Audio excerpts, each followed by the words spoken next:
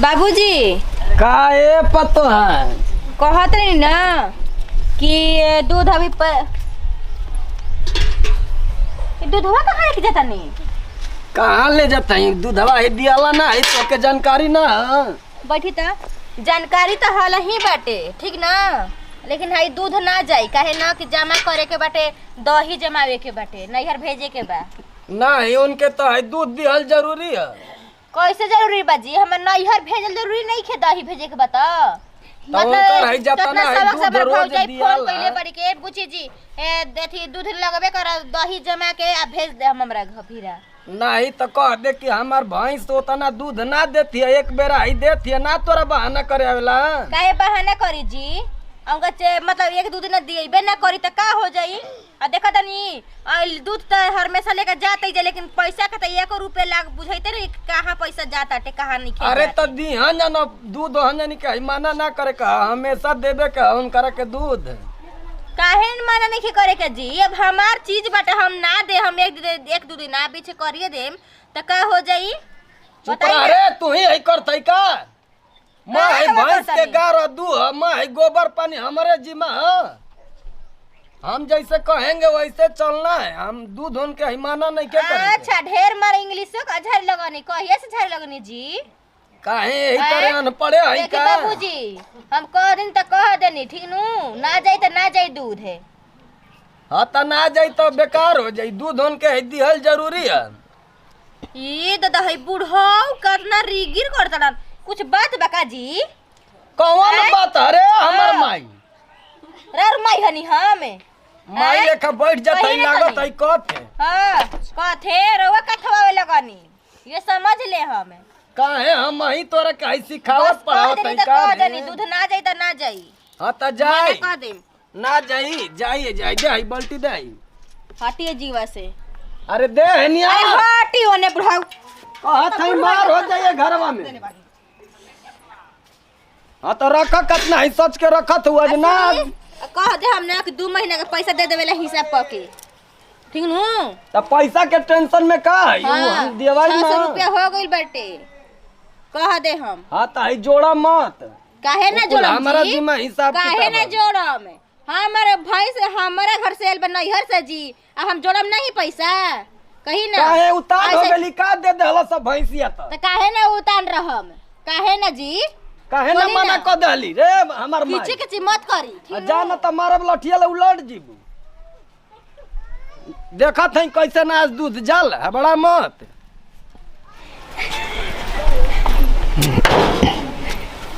आई रे बापा, ये महाराज रो आज पहला ही आगुल बनी का? पहला ही आगुल बनी का?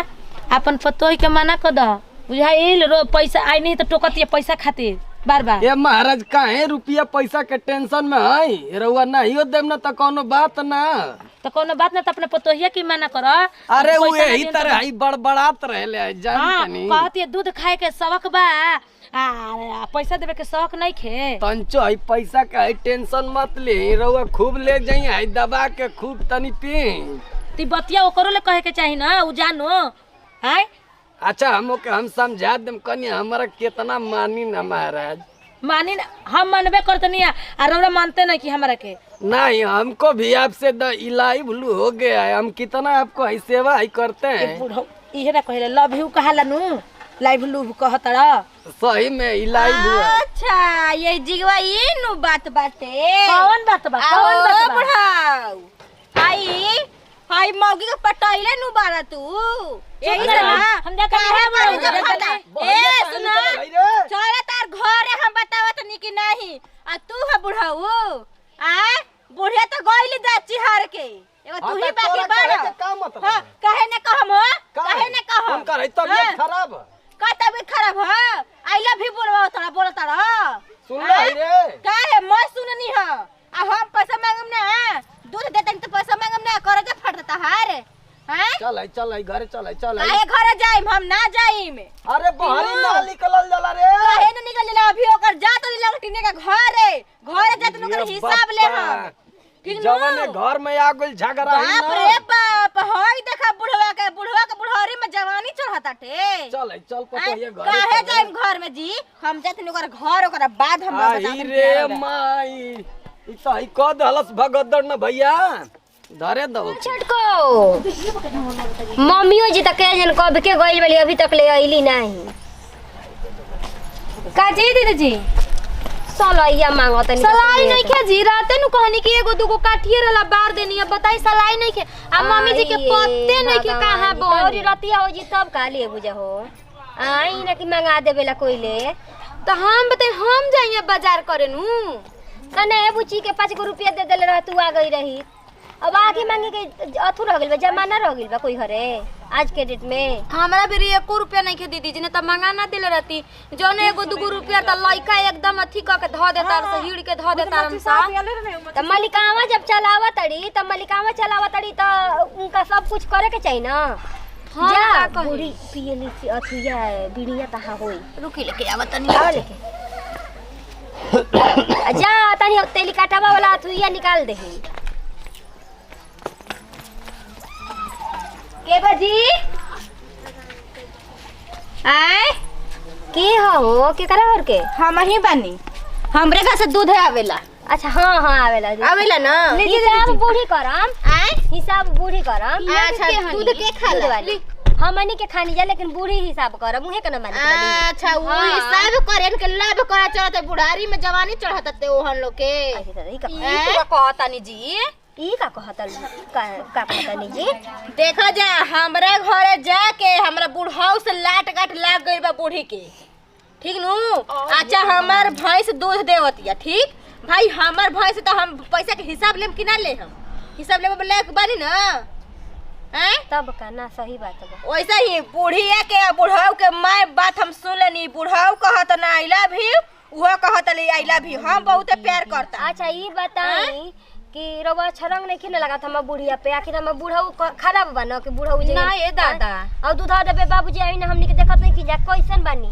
आई बतावत तनी तू ही अच्छा रवन के बुझात नहीं के ना त अपन सास के यहाँ बोलाई जा ओकरा बाद हिसाब ली जा तब बुझाई कि ना, हां सास ले बतिया सच बोल हैं सास ले काहे बतिया खाती हम छोटो कबारे आवेला हम अभी समझावे आइल बनी एक दिन को बढ़िया से समझा ले जा अपन सास के हमनी के अपन सास के कंट्रोल में रख लेबे के रहुआ अपन बुढ़ाऊ के मना कर दे ठीक वो बा। झेली उठावत ना कुछ उठावत ना आ जाता ना घरे दुआरे अच्छा ठीक बा कुछ वो ना ओकरा खाए मार पिए के जाता ऊ ना। गोड़ हम तुरत नि बुढ़वा के रहुआ खियाई वो पिए जानो ना आवा हैं कुछ बनत त हमरा घरे आ जाता काहे हम ओकरा मार हाथ खियाव तनी बुढ़वा के अब हमनी के का जानत हैं? जब हिंग जीरा पिया होता नतिया बुढ़ावा के ओकरा रुको अभी बतावा तनी कि ना ये कहता ना बदमाश बिया हो अजी का कोई कोही जे गांव टोला में सुनिए दादा आई मेहरारू ऐसा लागत है छेछड़ बिया के पूरा गांव में जाके डूगी पीट दी है अच्छे अच्छा ना रही त हमने के दुआरे चढ़ के आई त कहे खाती ई सब गलती बुढ़िया के बाटे यही तरह सनेहा बुची जब जाली बाल्टनी लेके आ तब छीन लेबेली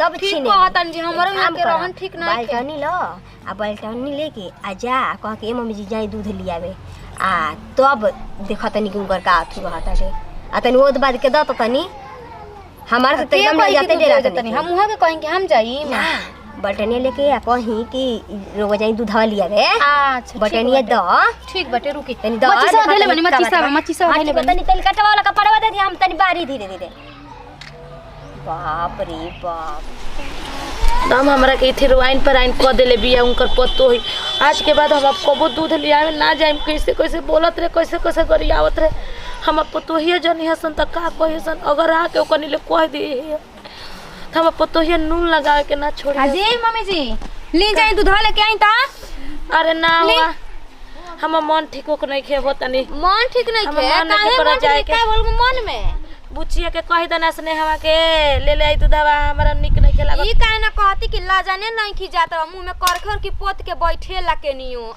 लुका छिपा के ई का कहतड़ हो काहे घर का हाल गरे वो जानते नहीं खी ये कुल बाकी रह गए रे करम सेन सेन घर में बेटी पतो उतार दिन तब ई कुल आदत ना छूटल और आहो छी रे राम जौना उम्र में शिव चर्चा करे के उम्र बटे तौना उम्र में तू हाय कुल काम करत तारू हो हां अच्छा का करत रहनी ओकर घरवा कोई नहीं दूधले ओकर बुढ़ा ले बतियै ले त का हो गइल तू बुढ़वा से कवना ढंग में बतियाव तारू हां अच्छा का बोल बाबूजी में पिलुआ पड़ल बा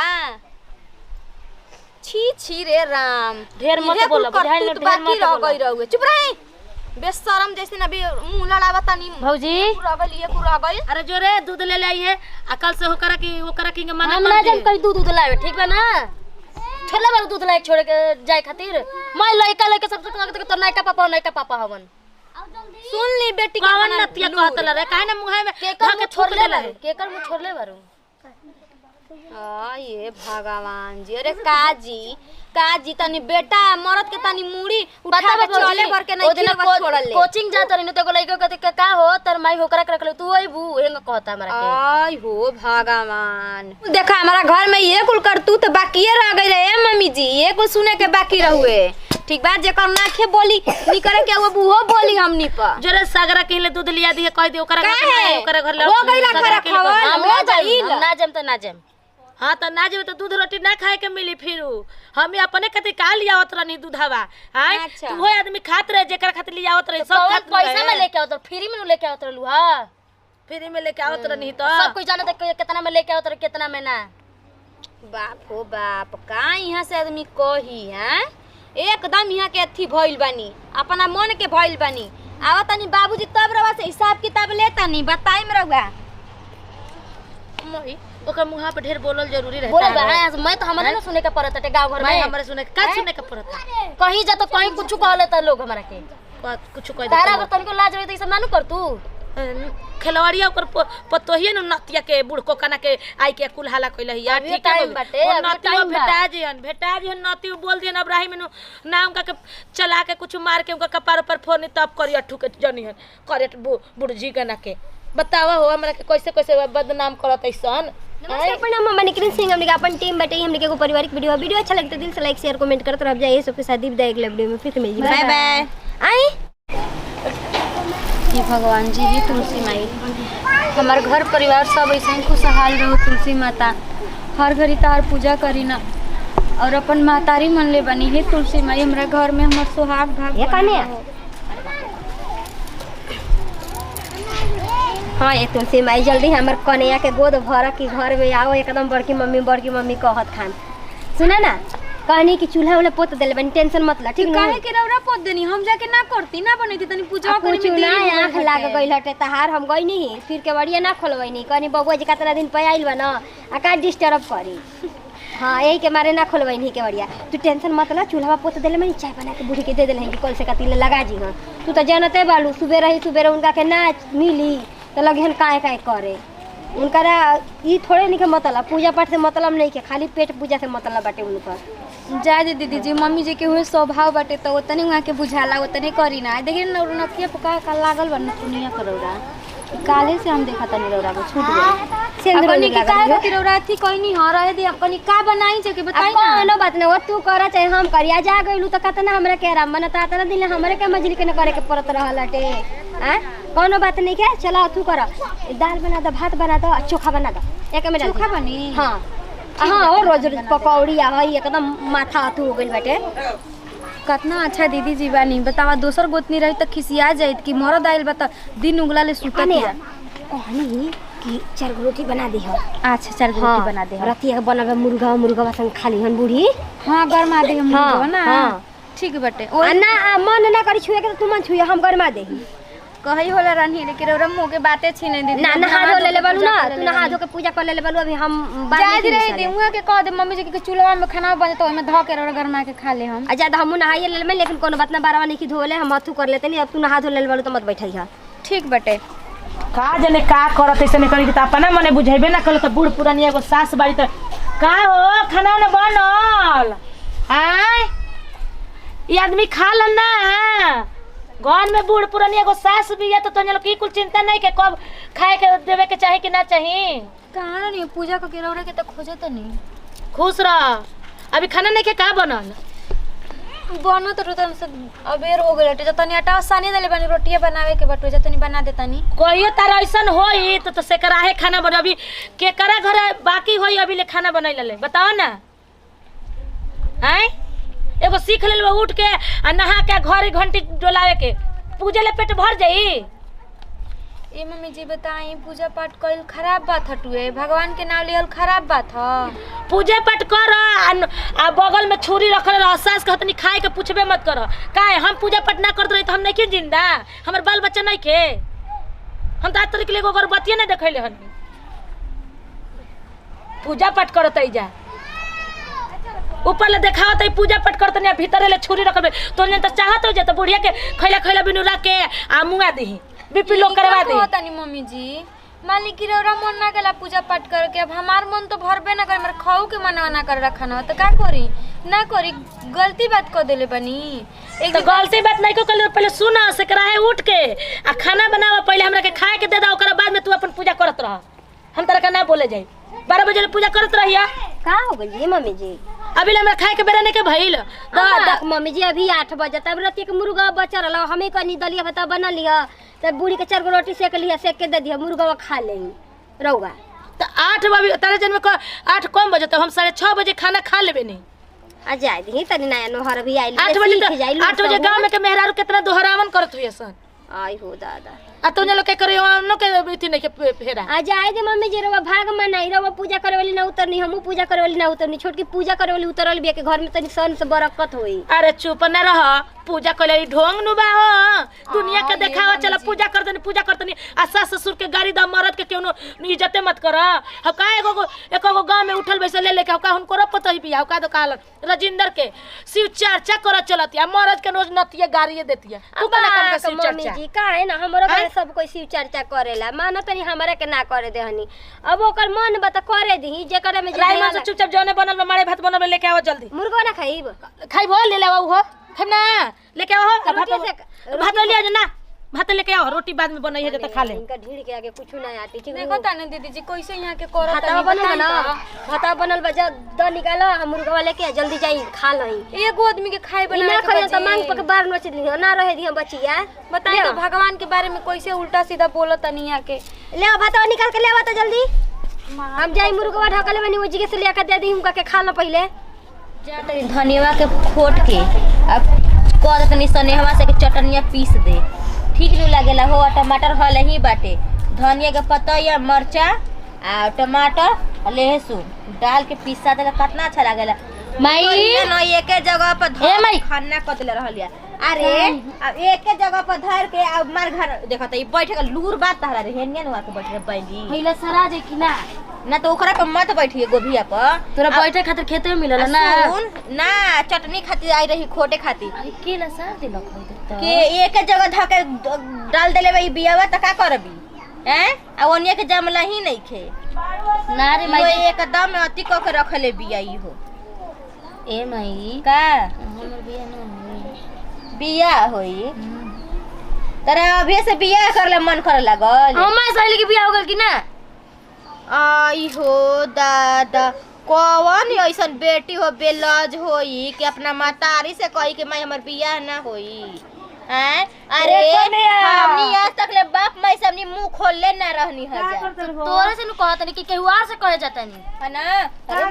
अरे माई लाज लागत तो लाज लागता का भइलो काहे मारता हो बा अजी चाची जी का कही हमर धनिया सार गेल ना हो नहीं खिला सारा जानता नी का कहती है हमरा से कहलो नहीं खे जाते ऐसा कहत ही बिया कहती है ना कि माई रे हमर बियाह ना करबी। अब बताई तनी अरे बौराई बड़े का रे लेके कोनो को भगवे का ये कहतनी नहीं ऐसा बेटी जमल ऐसन जी देख तो भागे कोई तो तार से बताईती के काहे मैं हमर बियाह क दे भागे लेके भाग जाई। देखा सुने हवा के माई सुना ना ई बताई हुनकर विरोधी के नातिन संगे रहतिया जान जी ज्योतिया संगे बहुत ज्योतिया खदमड़ हिया छोट को बतियावतिया ना वैसे ही हो बतियाई।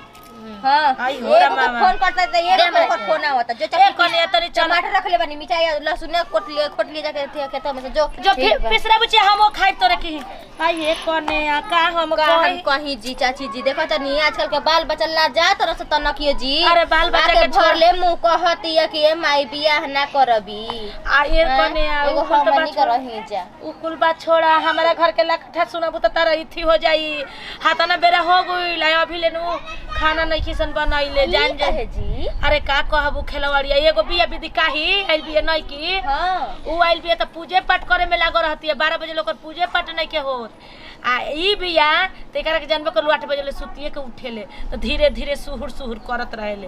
अजी तरोबा घरे खाना पीना नहीं खे भय हो ख बनले आ पूजा पाठ में अभी भीड़ल बई जा उहे त हम कहनी त पूजा खाए के दही पूजा पाठ कर जा मत खाना बनाओ जा तो को मुंह में आ पेट में खाना चल जाई। हमरा खीस से बड़ा बड़ बिगुल बकने जान एतना ना एकोनी के मन बिगड़ी बाइसन एतना ना नु का कहे के जान जा। का हो कहाँ बालू पानी उनी ले आईबू लागत आज खाना वाना ना मिली का जी आज खाना वाना ना देबू यही तरह खियले बिना रखबू काम खाना दिया ना दी बताई तो ऐसे ही घर चलेला का और अपना माई के समझाई कि ना समझाई का हो गेल माई में ई बताई कि नी केतनो सकराहे जागा तटे कतनो गुणा के सेवा टहल करत आदमी तब उहाँ के हर घड़ी हाले गुला करत रहतनी घर में हल्ला गुला कले से लक्ष्मी के बास ना होला। अच्छा जाए द माई बोलिए दहलस दूगो बात तो के ना माने के चाही दिल पे लेवे के चाही आपन तोहरा जौन काम बा अपन तोहरा काम करे के चाही। अपन काम तो करते बनी बताई हम पूजा पाठ करते तो वहाँ के वहाँ खातिर दुख बटे कहतनी कि घंटी डोलौला से ना होई हाई कल से हम तो आतना दिन से पूजा नहीं करता हम नहीं रहत ए तरह भगवान के बारे में कहल जाला जी। छोड़ा ज्यादा उकुल ना सोचल जाला हम बानी ना हम तोहरा के इतना मानत तनी इतना करत तनी बताओ माई दूगो बातें बोललस त माई के बात के दिल पे मत ली ह अब कतना तू मानला कि संस्कारी बालू पूजा पाठ हर चीज करतलू लेकिन वो पहले के हैसन जानते बालू बोलले वाली सन ओहनी के मुंह चलत रहेला त माई के बात के ना नमक मनी बताई तो नहाइले रहनी है कनी मम्मी जी मुर्गा अपना सर्वरातन से गरमा के रोट के खाली कहते ना तू ही देबे जान जाई हमरा के। अच्छा ई कोनो बात भइल तो अपना माई के एक बार समझा नहीं की सकत कि हाँ रे माई ऐसे ना करे के चाहिए। ज्यादा तू अपन करम माई भेटाई तो हम समझा देव कि देख माई हमार मेहरानू के मत उतना बोलल कर आ मान ला समझा दे प्यार से ओकरा के जैसे जैसे कहबी वैसे वैसे करी लेकिन वो तनी हिया चरफ फरफ बोलबे करे ले जानते वालू हमनियों के ना चलेला ओकरा आगे लेकिन हम समझाई माई के आ देख बात के बुरा मत मनी है 50,000 रुपया अकाउंट में हमारा आ गइल बटे। ऊ कैसन पैसा कहाँ से एगो है गेम चलत बाटे वही गेमवा में खेलत रही लगैले रही आइल बटे के खाली 50,000 रुपया। ये तो सही में ना ये भगवान जी ये कहाला केने बारू सरे आवा तनी मम्मी जी हल्ला कइले बनी ज्यादा समझा दे बोकरा के हल्ला ये बात के खैले बानी तीसर का बार में कुछ बार है दसन का माई अरे बाबू बैठ आइयो दादा बुझा त चक्कर हमरा आ जाई रे दादा आइयो भाई का हो ढेर एगो लेट कनी के खियावत ऐसन हमरा के आई बरा दुए बार खइले बानी कुछ बात दे रे भुजो जो बाऊ भात उत नहीं खेता आय दुए बेर खइले बाली हां त दू बेर कम कहला माई तू हूं गजब बतियावेली अब दिन में 2 हाली खाइए ले लियो अब कतना खइली। अरे हम दिन में 4 हाली खात रहनी जब से आइल भी तोर मेहरारू ना से करा है बनावत या ना से करा है खाना देती हमरा के खाए के सुन नी रवानु हां कोई गोतिया नहीं सुन त ये न कहे कि पतोहिया उनकर पेटवा दागतिया। अरे खूब तन्या लोग के गोतिया नहीं के लाजबा हो लाज रही त देतू ना तू अभी ले तरह सुना तो जाई के घर में कुछ लिया के दीही खिसियो मत जाए दे अभिमान नहीं खिसियात बनी हमारा निहन सास भी तब बर्दाश्त कर लिया बतावा हो हमारे सब धन हमारे सब कुल कोइल हमारे पे रोब चलावती तो अभी तू ये हाली खाइले बेर तो कम करतनी मम्मी जैसे कहतनी हमरा के हम ना बाजी बतियाई रौरा अपना माई से संभार जा बच्चे संभार जा बुझा गुल ना ज्यादा असही प्रेशर देबी ओकर दिमाग एकदम देखते वाली टेंशन में हो जाता टे कम तनी बोलो करा के ओकर प्रेशर में दिमाग होता है हमारा को प्रेशर में डालतिया सोचती त बुढ़िया के खाली के 2 हाली के खिया के आ बीपी लो करवा के मुंगा दे उ ई सोचतिया जान जो ज्यादा हमारा पनाज बा न हां ना तू मेहर आइल बे तो तू हो बिगड़ गइल बड़ कहता तो 2 हाली कइले बड़ तभी कमे खइले बड़े हम देख ले ओकर हमारा के जन्म देले बनी हम काहे के बिगड़ जीबे ओकरा के चबेनी ओबेनी मांग के ले हम खाई दादा दहो कनिया ठीक बाटे अरे दे दहो खाए के ना त हमारा पर खिसियाते रह। नमस्कार प्रणाम हम बनी किरण सिंह हमने के अपन टीम में हमने के पारिवारिक वीडियो अच्छा लगता है दिल से लाइक शेयर कमेंट करते रह जाइए सबके साथ दे देख ले वीडियो बाय बाय हो गई।